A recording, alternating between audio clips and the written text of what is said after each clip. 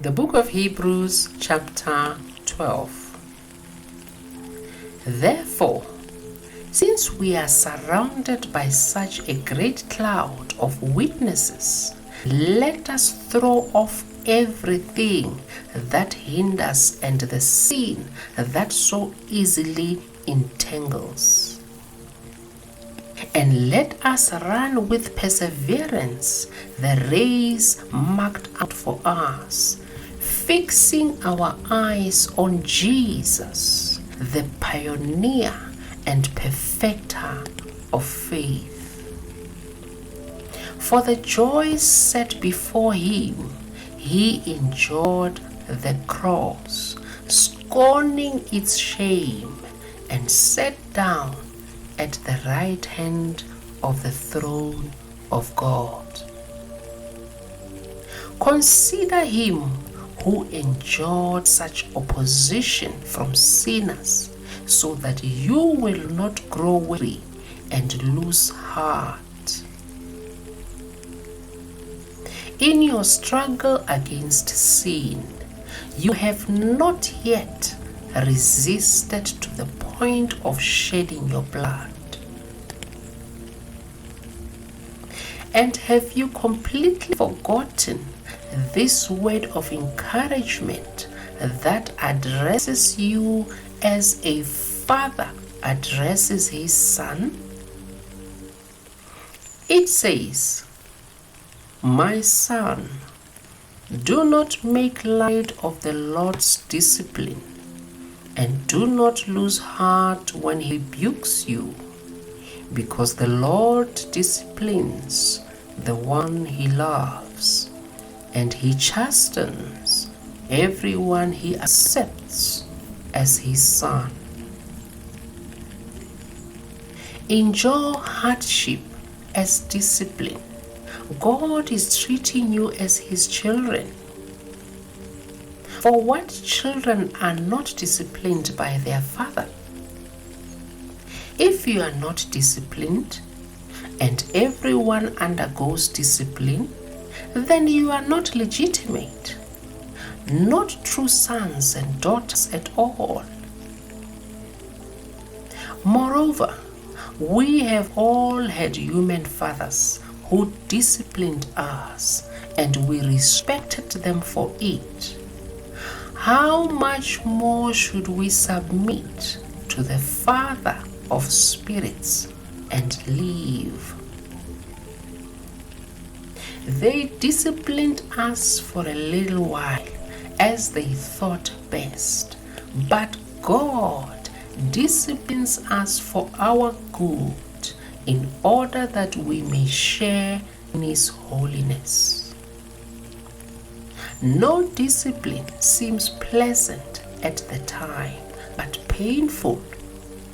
Later on, however, it produces a harvest of righteousness and peace for those who have been trained by it.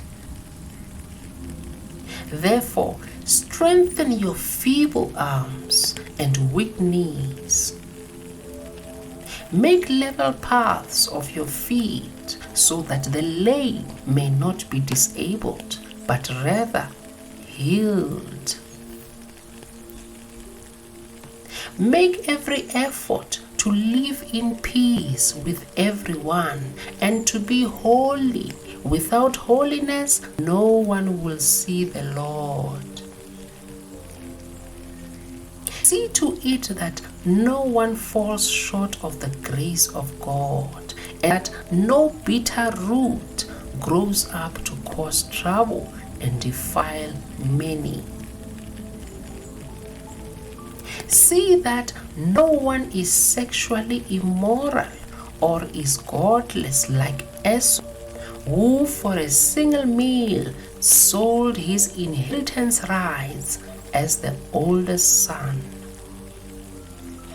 Afterward, as you know, when he wanted to inherit this blessing, he was rejected. Even though he sought the blessing with tears, he could not change what he had done. You have not come to a mountain that can be touched and that is burning with fire, to darkness, gloom and storm, to a trumpet blast, or to such a voice speaking words that those who heard it begged that no further word be spoken to them, because they could not bear what was commanded.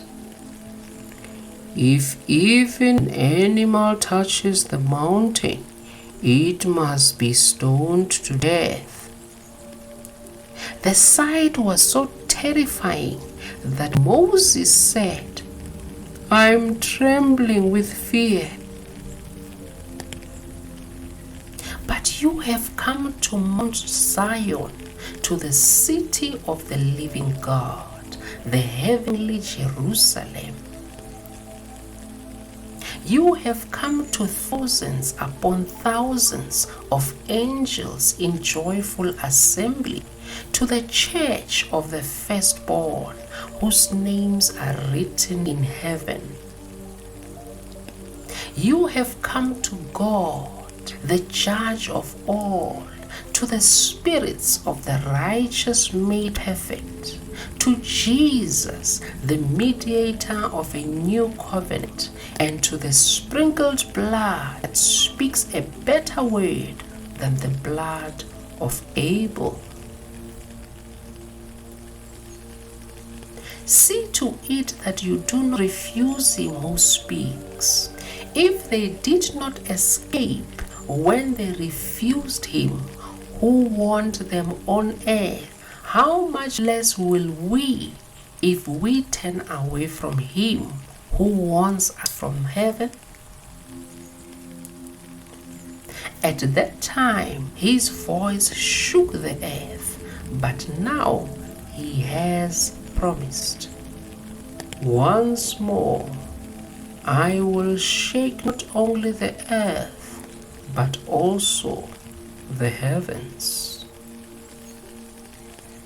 The words "once more" indicate the removing of what can be shaken, and that is created things, so that what cannot be shaken may remain.